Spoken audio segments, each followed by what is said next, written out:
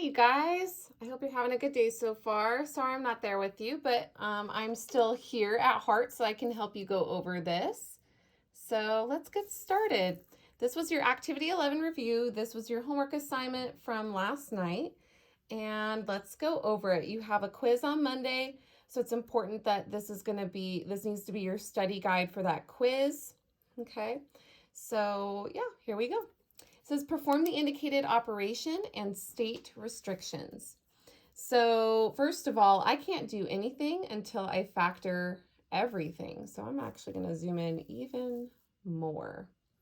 All right, x squared minus 5x minus 6. I'm going to factor that first. And I know that that's going to factor down to two binomial factors. And you know what? So is its denominator. So I'm just going to get that already. And then x squared minus 36, I know that that's a difference of two perfect squares, so I'm just going to get that ready. And its denominator is also an easy trinomial, and I'm going to get that ready. I do need to zoom out just a smidge. Okay, so x squared minus 5x minus 6, well, let's see what we've got here. I know it's an easy trinomial, so I know that each of these is going to have an x in them. Two numbers that multiply to -6 that add up to -5. Well, 2 and 3 would add up to 5, and 2 times 3 is 6, but they would both need to be negative, and a negative times a negative is a positive, and I need that 6 to be negative. So 2 and 3 won't work. It's got to be 6 and 1, and it needs to be a -6 times a positive 1, because -6 times 1 is -6. -6 plus 1 is -5. Those are the droids I'm looking for. Okay, so there's that one. And then for the denominator, I know it's an easy trinomial again. I need two numbers that multiply to 36 that add up to -12. I believe it's 6 times 6. And it's got to be both -6s, because a -6 times -6 is positive 36, and -6 minus 6 is -12. So that works. Okay, don't get cancel happy yet though. I know we see something that can cancel. In the next fraction, that numerator x squared minus 36 is a difference of two perfect squares. It'll factor down to x plus 6, x minus 6, or vice versa. And then the denominator is an easy trinomial. And two numbers that multiply to -20 that add up to -19. So it's definitely not going to be 5 and 4. So I'm going to have to use just the 20 times 1. But one of these needs to be negative. Since it's adding up to a -19, the bigger number is negative. -20 times 1 is -20. -20 plus 1 adds up to -19. Those are the droids I'm looking for. Okay, and before I get cancel happy, I'm going to state my restrictions. I'll just put them over here. X cannot equal. I see 6 twice, but I don't need to put it twice. I see a 20, because that'll make it 0, and a -1. Okay, remember, what we're doing quickly in our heads is we're breaking apart each of these factors and setting them equal to 0 and solving for x. That's why we get the opposite sign that we see in the factored form. Okay? All right, now we can get cancel happy. So I'm canceling out x minus 6's. Oh, I have another set of x minus 6's and x plus 1's. So all that's left is an x plus 6 in the numerator and an x minus 20 in the denominator. I'm going to box all those things because it said to perform the indicated operation and state the restrictions. Boom shakalaka, it is done. All right, let's look at the next one. Number 2. Okay, we're subtracting two fractions. So we're going to need to get a common denominator, which means I need to factor everything. Luckily, that first denominator is an easy trinomial. And the product has to be a -2. The sum is a +1. Well, -2, the only way to get a 2 is 1 times 2. Okay. And since it's adding up to a +1, the bigger number should be positive. -1 times 2 is -2. -1 plus 2 is 1. Doing good. Minus 2 over. X squared minus 1, that is a difference of 2 perfect squares. Factors down to x plus 1, x minus 1. Okay, all right, let's see what we've got. One denominator has an x minus 1 and an x plus 1. The other denominator has an x plus 1 and an x minus 1. So they both at least have the x minus 1. But this one has an x plus 1 and this one doesn't. So I'm going to need to make that first fraction have it by multiplying by it top and bottom. This other fraction has everything except the x plus 2. So we will have to multiply that one top and bottom by x plus 2. All right. So now from here, we have our common denominator. So this is what I'm going to do. We've got our common denominator. We've got, and I'll just start with the x plus 2. We have an x plus 2, x plus 1, and an x minus 1. We've got our common denominator already. In the numerator, I have first 1 times x plus 1 is just x plus 1. Minus, and I'm going to put this in parentheses because this is a quantity. 2 times the quantity x plus 2. 2 times x is a 2x. 2 times 2 is a 4. We got to make sure that we distribute that minus sign. We are subtracting the 2x and the 4. So in our denominator, we will have x plus 2, x plus 1, x minus 1. And in the numerator, let's see, we're going to have a 1x minus a 2x, 1x minus 2x. Oh, this needs to stay focused. There it goes. 1x minus 2x is a negative x. 1 minus 4 is negative 3. And nothing cancels. So that's the answer. And let's state the restrictions. X cannot equal negative 2, negative 1, and 1. Yep. There's my answer.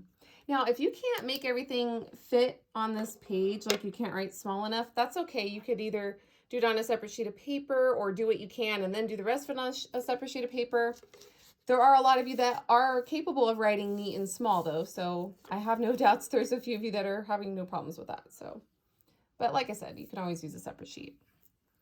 All right, number 3, a complex rational expression. So remember, we want to focus on the numerator separately from the denominator, so I'm going to do a little at a time. So I had to zoom in because this is really small. Put that 1 over 1. Make it a fraction because I need to get a common denominator, and obviously it's going to need to be an x. My hands are so dry. Multiply top and bottom by x. So we'll have x over x plus 1 over x. Okay. And then next step, well, we have a common denominator, so now we can add those fractions up there. So common denominator is x. X plus 1, we just write x plus 1. Now I'm done. I'm done with that numerator. It is finished. Time for the denominator. So same type of thing. Need to make this a fraction. The common denominator is going to need to be an x minus 1. So I need to multiply this top and bottom by x minus 1. And I'm going to need to distribute that x times the x and times the negative 1. So x times x is x squared. X times negative 1 is a negative x, all over x minus 1 minus x over x minus 1. Okay, now we've got the common denominator. So the denominator I can just write is x minus 1. In the numerator, I'm going to have x squared and then minus x minus x. So negative 1x minus 1x is a negative 2x altogether. Okay, now next step, we need to take that middle fraction bar, this one right here, and we need to convert it to the divide symbol. So I'm going to write the numerator, x plus 1 over x. And then instead of writing another fraction bar, I'm going to change it to the division symbol because it means that anyway. And also, before I write x squared minus 2x, I'm going to factor that. There's a greatest common factor of x that we could factor out. So remember, this needs to be in factored form. Okay, so now that I have that, let's make a list of restrictions because restrictions are going to change once we flip the second and multiply. So I'm going to put my list over here. So far, x can't be 0 and x can't be a positive 1. Okay, so I'm running out of room, but that's okay. So I'm going to have x plus 1 over x. Flip the second and multiply. X minus 1 over x times x minus 2. And do I have any new restrictions to add to my list? 0, 0. Oh, we got a 2. So there's my restrictions list. So I'll box that. And then from here, do we have anything that can cancel? No, nothing cancels. I don't have anything across from each other that's the same or top and bottom that's the same. So my numerator is just x plus 1 times x minus 1, and you don't need to multiply that out. This, though, we do. X times x is x squared, and then times the x minus 2 factor. And that is the simplified answer. Okay, so I don't want this work to get confused with what we're doing with number 4, so I'm gonna do this. That just helps me. That was for me. All right, so this is number 4. Number 4, this is the last couple things that we've been learning on graphing rational functions. So we're gonna need to find all these things, and then once we do, we will be ready to graph. Before I do any of that though, I need to factor this expression, this equation right here. So we need to see what cancels out, what's in common top and bottom, vertical asymptotes, horizontal asymptotes, all those things. Okay, so let's factor this. First of all, x squared minus 9 is a difference of two perfect squares. Factors down to x plus 3, x minus 3. In the denominator, let's see, it's an easy trinomial, two numbers that multiply to 12 that add up to -7. It's got to be 4 and 3 because 4 and 3 multiplies to 12 and 4 plus 3 is 7, but it needs to add up to a -7. So both the 4 and the 3 must be negative because a -4 times -3 is positive 12. -4 minus 3 is -7. Okay, so we should be able to see, right, guys, that there is a common factor top and bottom of x minus 3, and that is our whole. We have a whole at x equals 3. Okay. All right, and let's see what we have left. We have an x plus 3 over x minus 4. All right, and while we know what the whole is at x equals 3, what would be the y value? So let's figure that out real quick. So if I were to plug in 3 for x, I would have 3 plus 3 over 3 minus 4. 3 plus 3 is 6. 3 minus 4 is -1. 6 over -1 is a -6. So what does this tell me? This tells me that I have a whole, because we're talking about the whole, at the exact coordinate 3, x is 3, y is -6. I'm going to need that. So I'm going to box it. Vertical asymptote. Well, let's look at what's left in the denominator. We have an x minus 4 left in the denominator, so I have a vertical asymptote at x equals +4. Okay, don't need a y value for that because that's an equation of a vertical line. So we good. Horizontal asymptote, well, that's where we look at the degrees. Well, the degree of the numerator is a 1. The degree of the denominator is a 1. So we've got the same degree. Remember, if it's the same degree, we have to go off of the leading coefficients and find a ratio between the numerator and the denominator. Well, the coefficient on the x is a 1 in the numerator, and the coefficient on the x in the denominator is also a 1. 1 divided by 1 is just 1, so we have an HA, horizontal asymptote, at y equals 1. Okay, so I've got a hole, got a vertical asymptote, got a horizontal asymptote.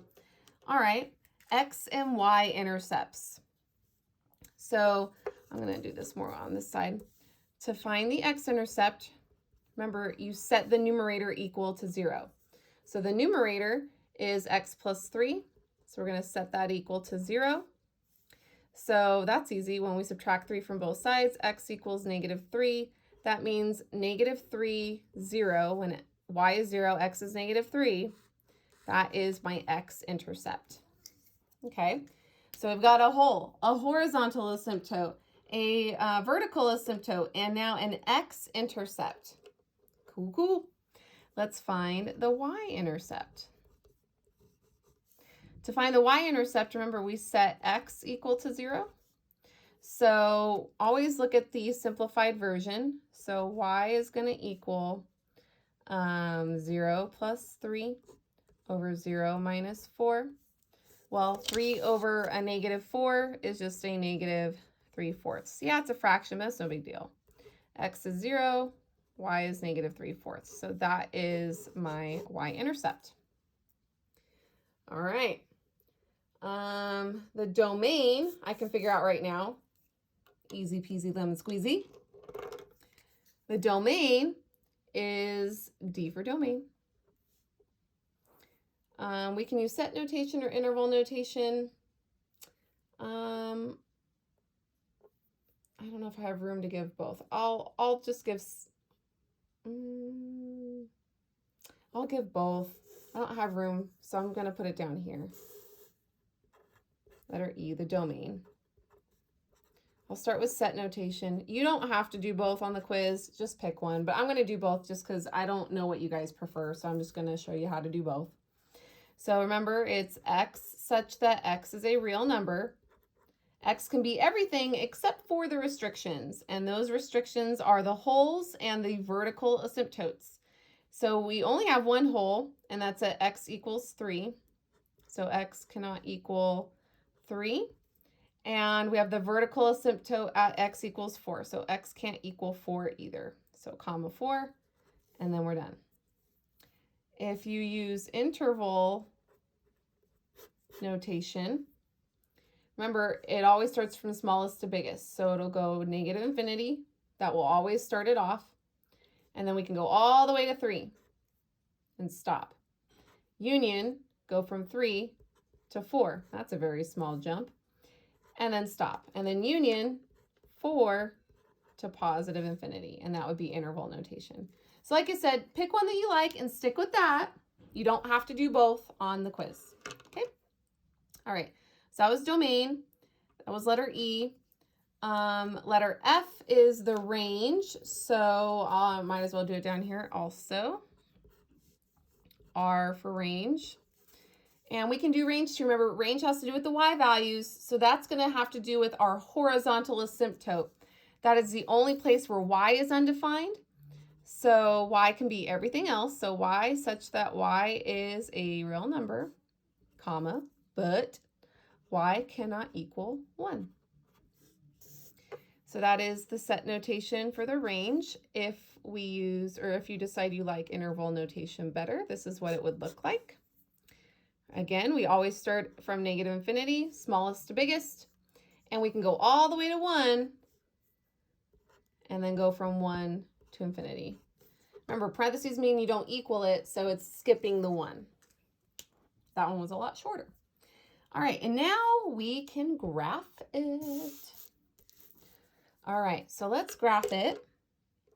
And I'm going to use my pink highlighter for the vertical asymptote. So I have a vertical asymptote at x equals 4. Actually, before I do that, let me put some lines on here because it's kind of hard to see. It's very light. And my eyesight is not the greatest, and I don't want to screw up because it's small. I just need enough.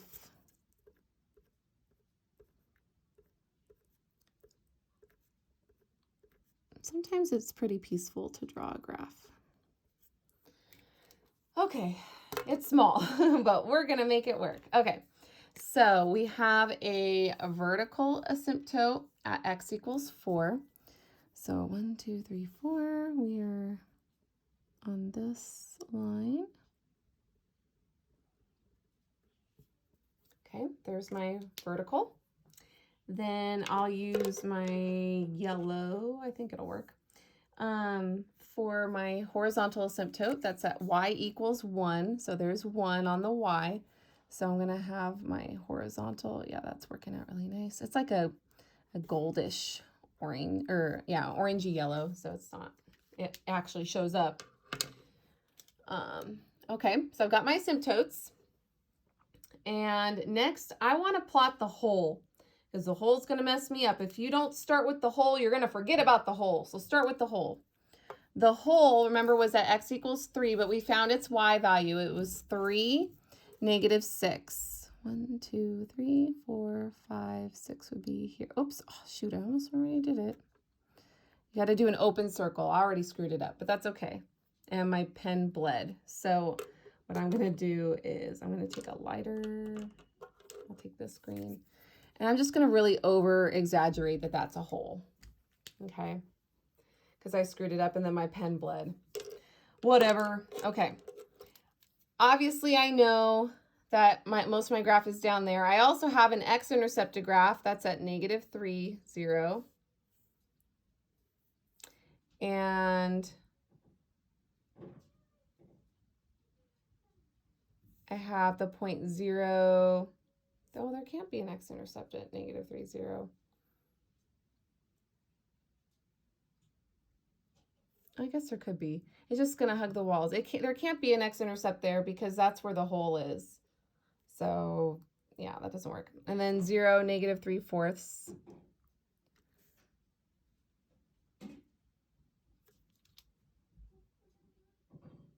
I plotted my hole in the wrong spot.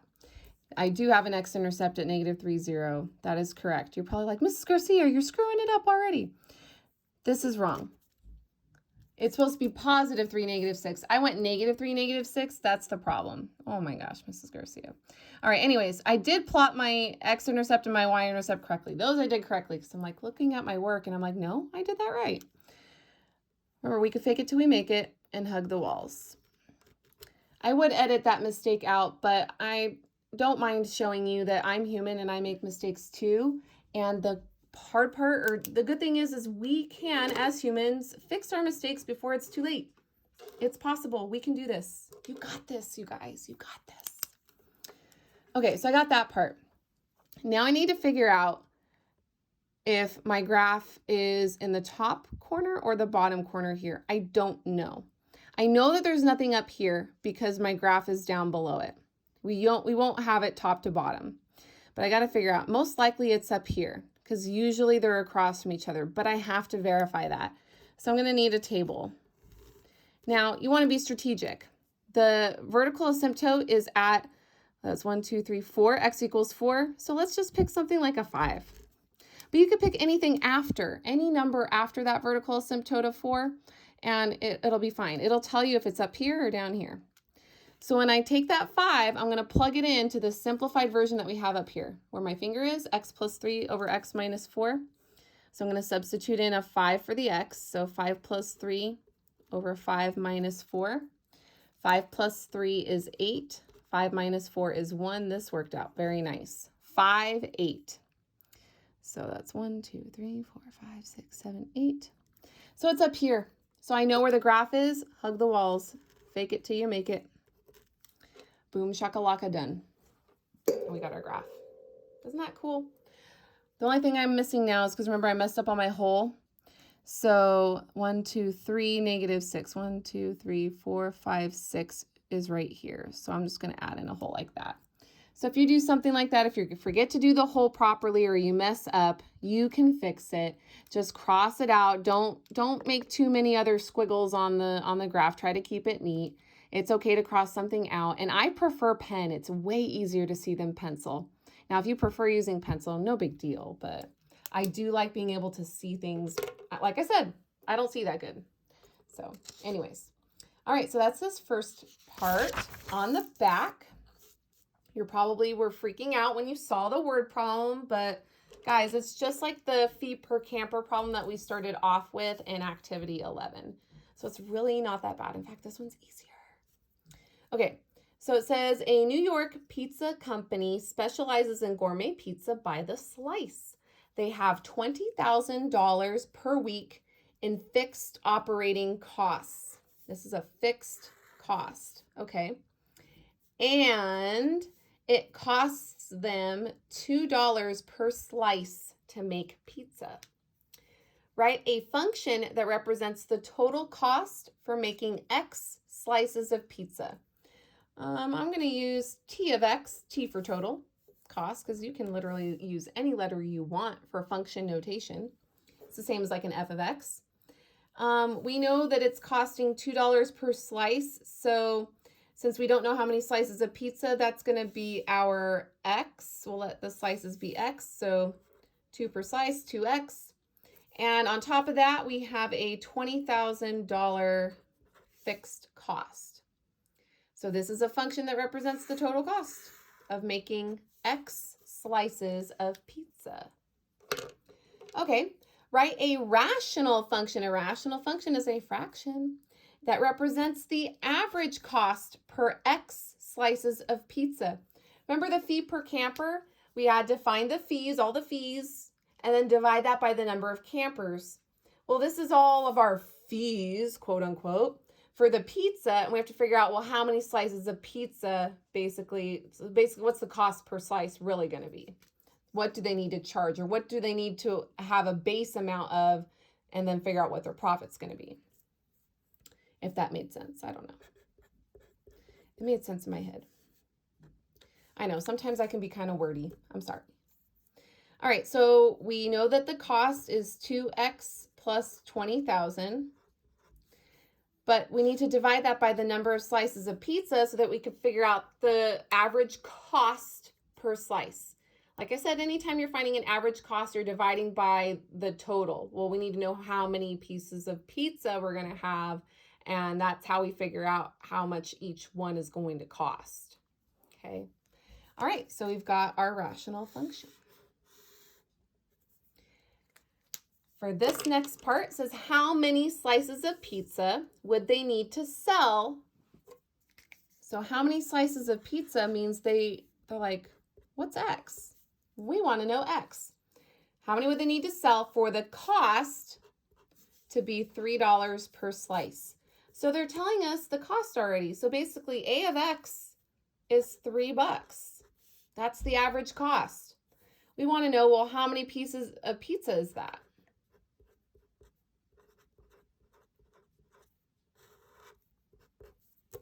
So we got to solve for X.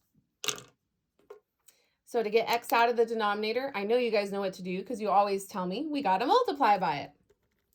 So multiply both sides by X. These cancel.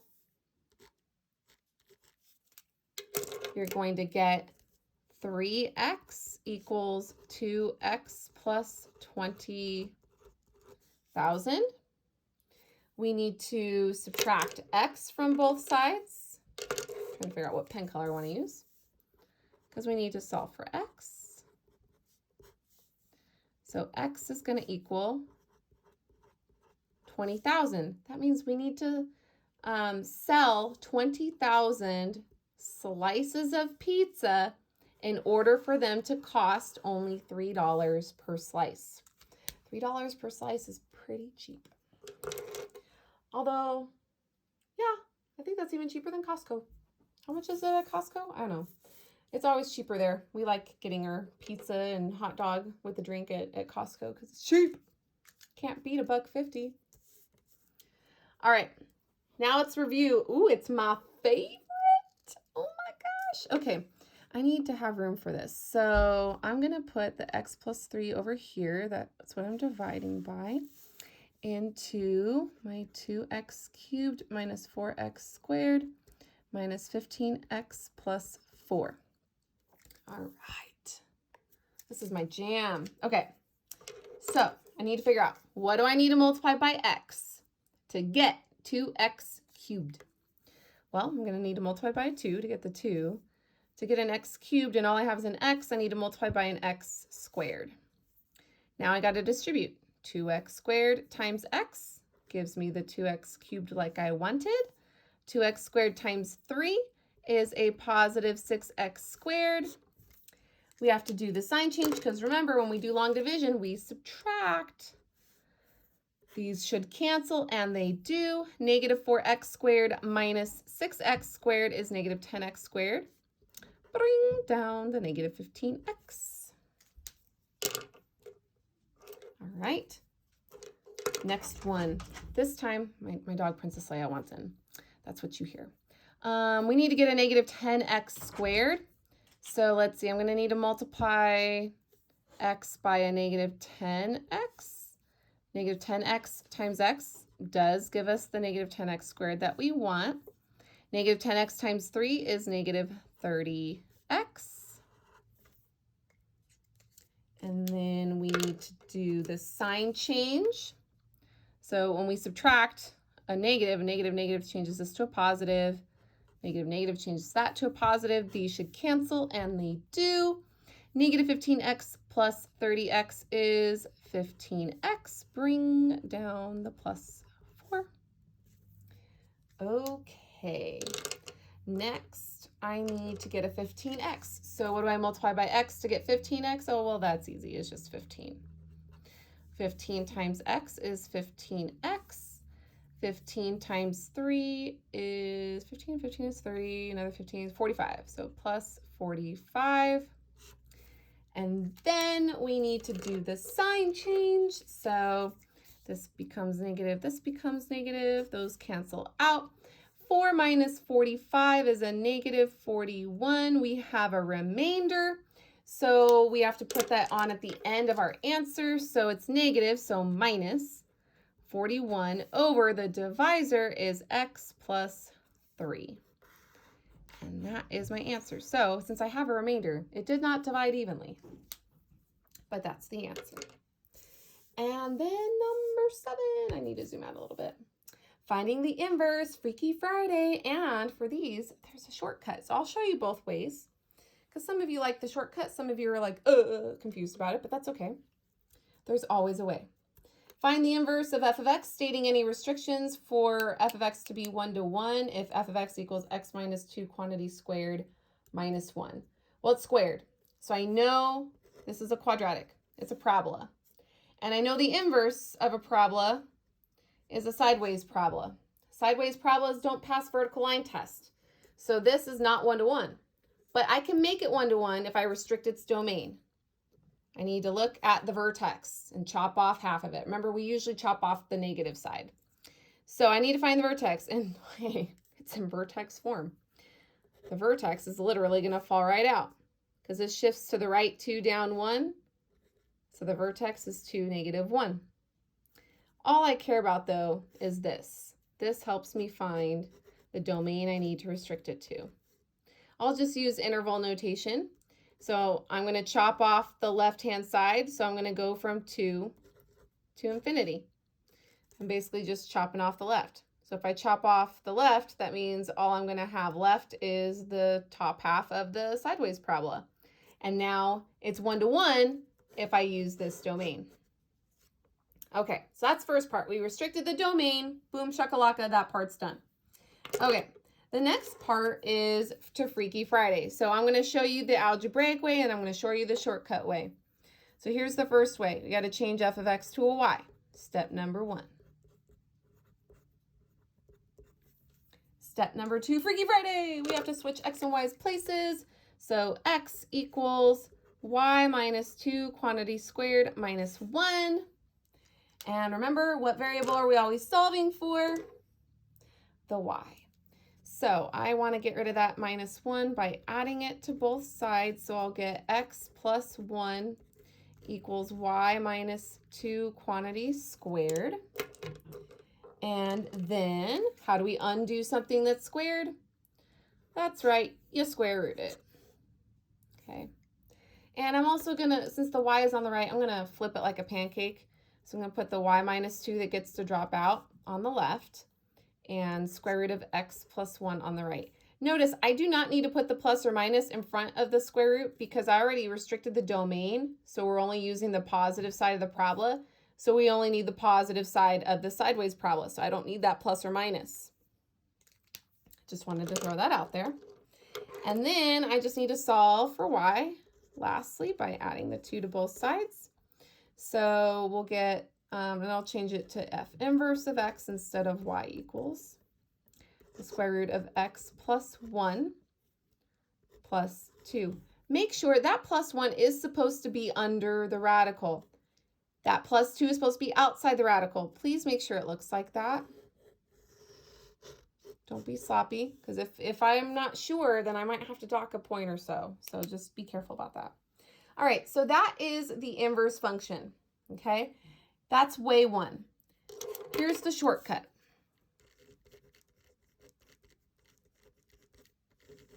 So I'm going to rewrite the function. It's f of x equals x minus 2 quantity squared minus 1. Remember, when we're finding an inverse, we're Freaky Fridaying. We're switching x and y. Well, we also have horizontal and vertical translations that we can switch. Going to the right 2, because that's what this is a positive horizontal shift. This one is going down 1. That is a negative vertical shift. Well, let's switch the vertical and horizontal shifts, and that will give us the inverse function. So f inverse of x equals.